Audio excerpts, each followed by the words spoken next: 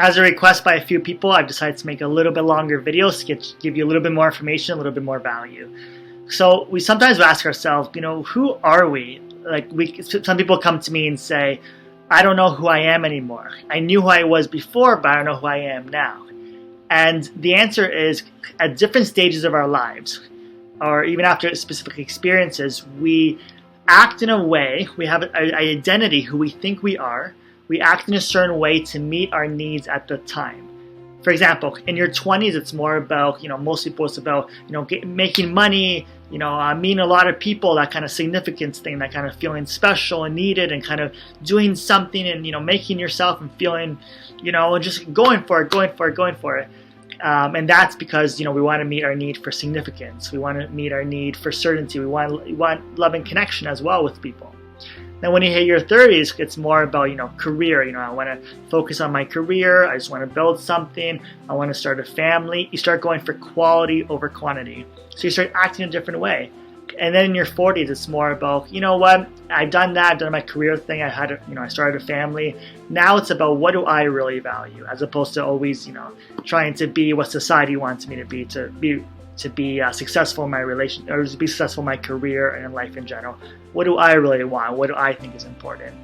So who are you, quote unquote, changes based on what you think you need at the time, and also your age, because there's physiological forces as well, and natural forces as well. But I'm going to add something to that as well. Who you are is just a construct at that time and place.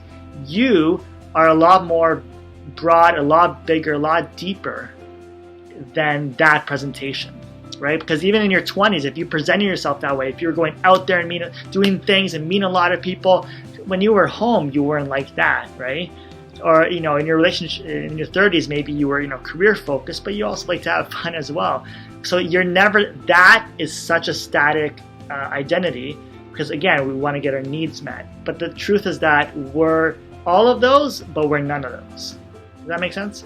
We're all of those constructs. Like we could, that's all sides of ourselves, and we could construct it. But inside, that's not who we really are. And I think when you hit, especially when people hit 40 and above, but I try to help clients with this, earlier on as well. It's about noting that you don't have to be a certain way.